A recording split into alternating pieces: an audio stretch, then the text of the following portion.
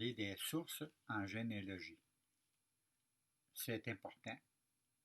Il faut les indiquer dans notre arbre généalogique. Mais c'est quoi une source? Une source, c'est l'endroit où vous avez trouvé l'information que vous allez indiquer dans votre arbre généalogique. C'est aussi simple que ça. Au Québec, il y a plusieurs endroits où on peut trouver des sources en généalogie. Commençons par les registres de baptême.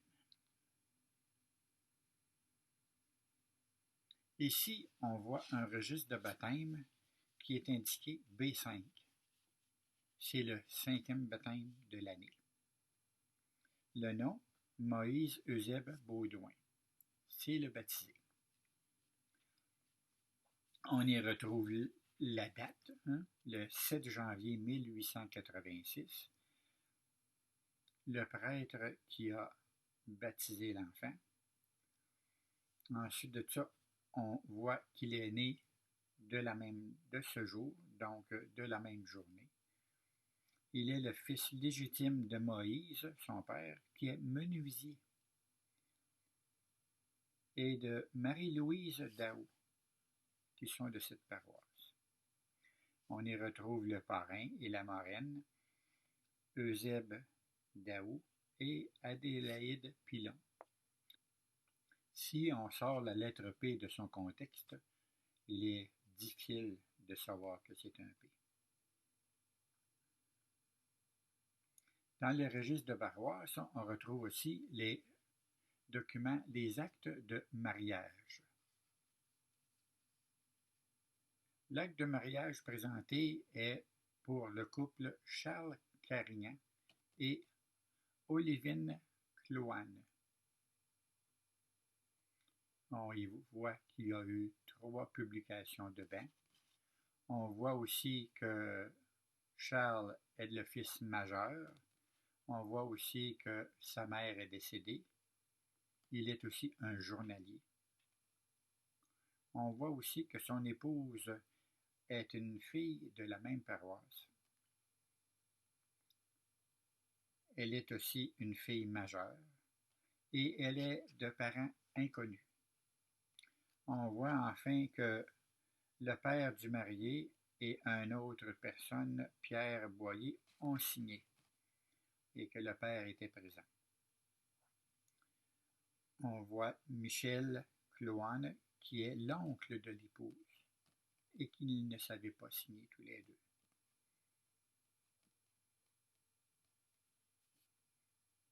Cet acte de mariage est un exemple où on retrouve plusieurs informations intéressantes pour le généalogiste. Il y a aussi les registres de décès.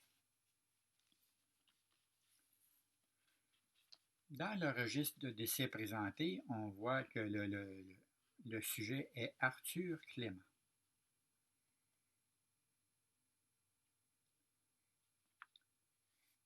Dans ce document, on voit que Arthur est décédé hier, la veille de la date. Il était âgé de 4 mois.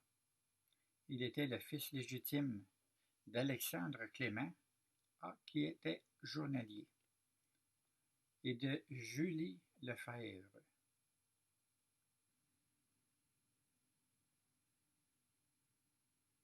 Donc, dans cet acte, on voit les informations suivantes. Le nom du décédé, avec la date du décès, qu'il est âgé de 4 mois, on connaît son père et on connaît sa mère.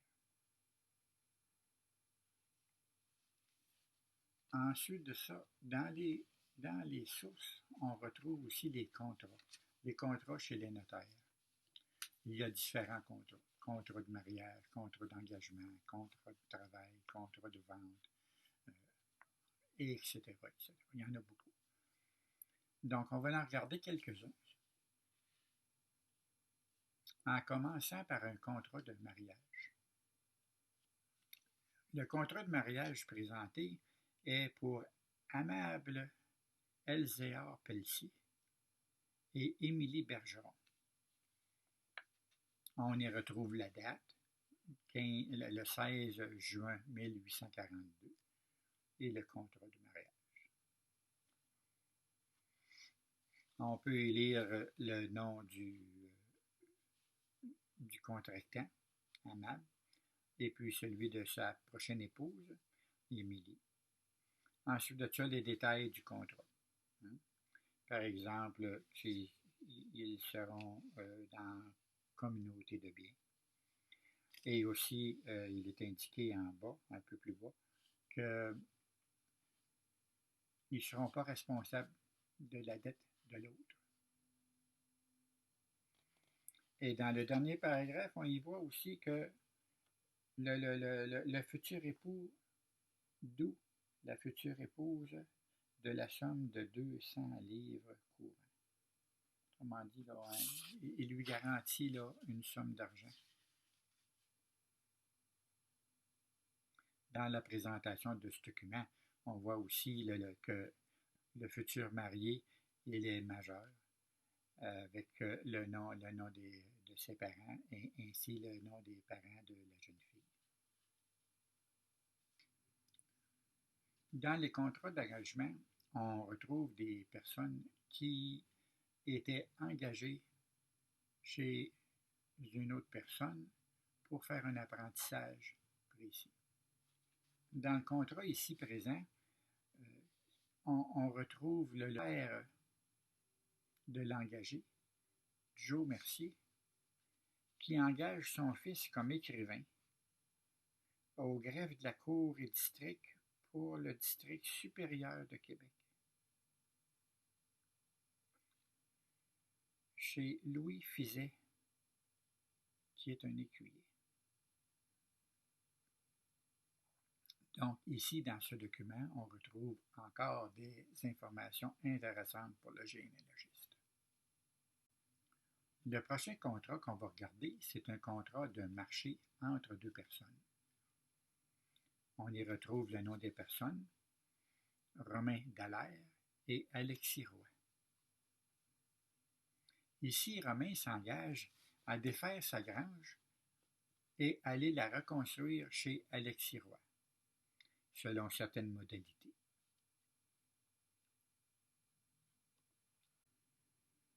Il y a plusieurs contrats qui peuvent être contractés chez un notaire.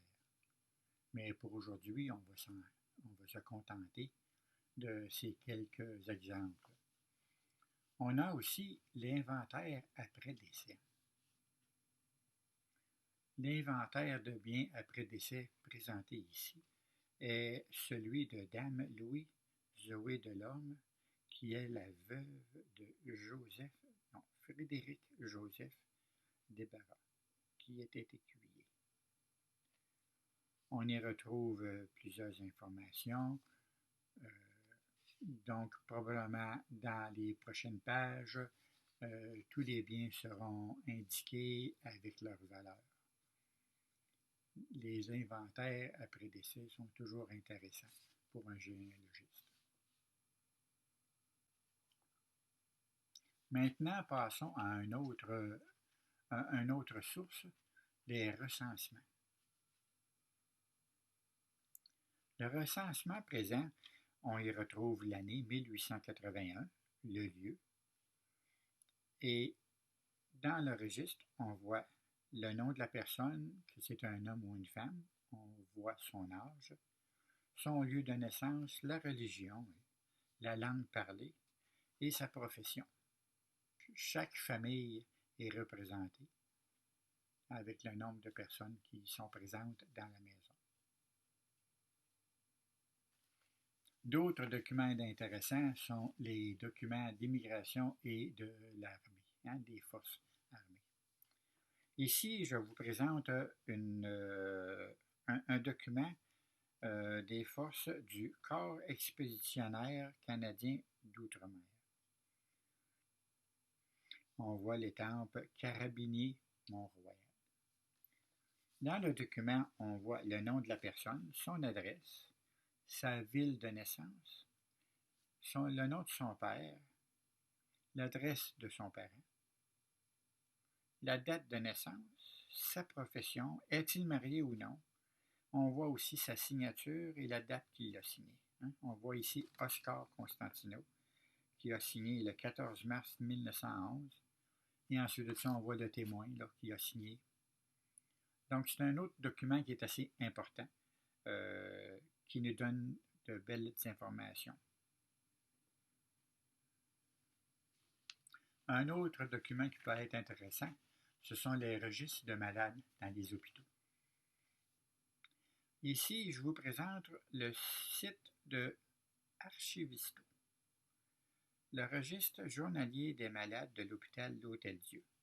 C'est un livre qui a été écrit par Marcel Fournier et Gisèle Monarque. Ce sont les malades de l'hôpital de l'Hôtel-Dieu de 1689 à 1760. Ce livre est gratuit et il est disponible sur le site de Archivisto. Comme vous pouvez le constater, il y a différentes sources d'informations pour le généalogiste, surtout au Québec. N'hésitez pas à faire vos recherches sur Internet, mais aussi dans les salles de sociétés de généalogie ou dans les bibliothèques. On trouve des trésors. Merci et à bientôt.